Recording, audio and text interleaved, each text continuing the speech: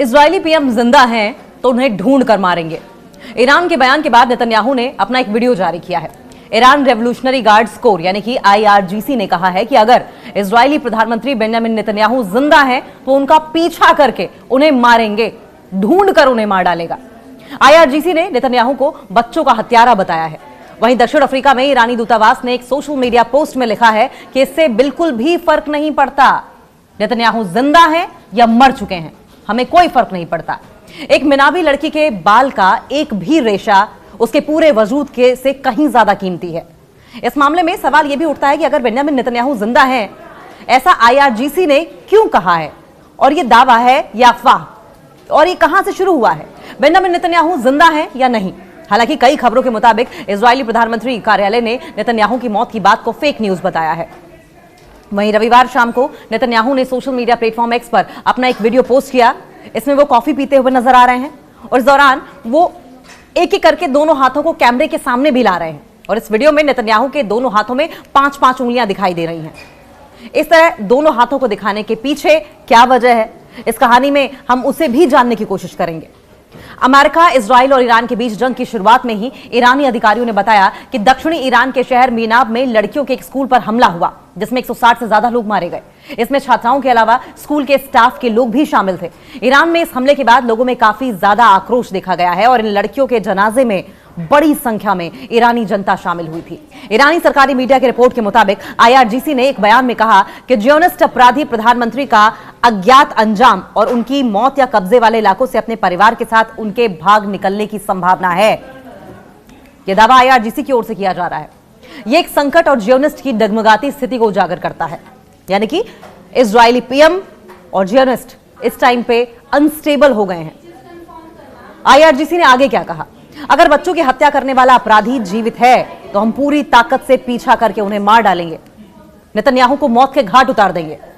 मौत का कैसे दावा किया गया है? सवाल यह भी है। यह धमकी इजरायली प्रधानमंत्री कार्यालय के उस खंडन के बाद सामने आई है जिसमें नेतन्याहू के मारे जाने की खबरों को गलत बताया गया है। ईरान एक तरफ बेंजामिन नेतन्याहू और उनके भाई के मारे जाने की खबरें बता रहा था, दावा कर रहा था और दावा इस बात को लेकर भी कर रहा था कि बेंजामिन नेतन्याहू के घर पर अटैक किया गया है।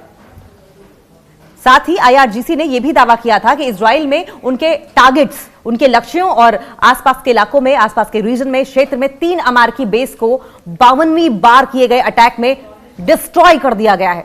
52वीं बार का मतलब आप समझ रहे हैं कि उस रीजन में अगर 3 अमेरिकी मिलिट्री बेसिस पर 52 बार अटैक किए गए हैं तो ताबड़तोड़ हमले ईरान की ओर से किए गए होंगे और तभी पूरी तरीके से ध्वस्त हो गए हैं, नष्ट हो गए हैं इजरायली बेस कैंप और साथ साथ अमेरिकी बेस कैंप भी।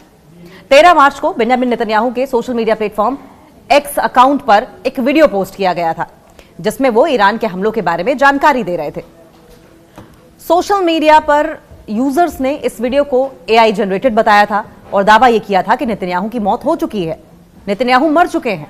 हालांकि तुर्की की सरकारी समाचार एजेंसी अनादोलू से इजरायली प्रधानमंत्री कार्यालय ने AI जनरेटेड वीडियो होने के दावों को फेक न्यूज बताया है।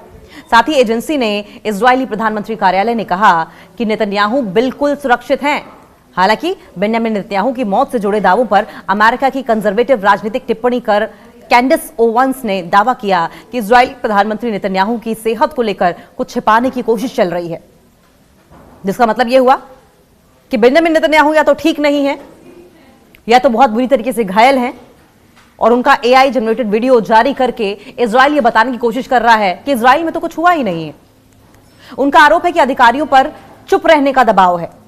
ओवेंस ने सोशल मीडिया प्लेटफॉर्म X पर पोस्ट किया, अमेरिकी सरकार को इस मामले को सीधे तौर पर सुलझाना चाहिए यह कहा, लेकिन उन्हें चुप रहने का निर्देश दिया गया है। आखिर चल क्या रहा है? क्या उन्होंने बहुत से झूठ नहीं बोल लिए हैं जो एक और इतना बड़ा झूठ छिपाने की कोशिश हो रही है? पिता और इजराइल के प्रधानमंत्री बेंजामिन नेतन्याहू की मौत की अफवाहों के बीच यायर नेतन्याहू बेंजामिन नेतन्याहू के बेटे हैं और उनका अब सोशल मीडिया प्लेटफॉर्म X भी चर्चा में है, उनका X अकाउंट भी चर्चाओं में है।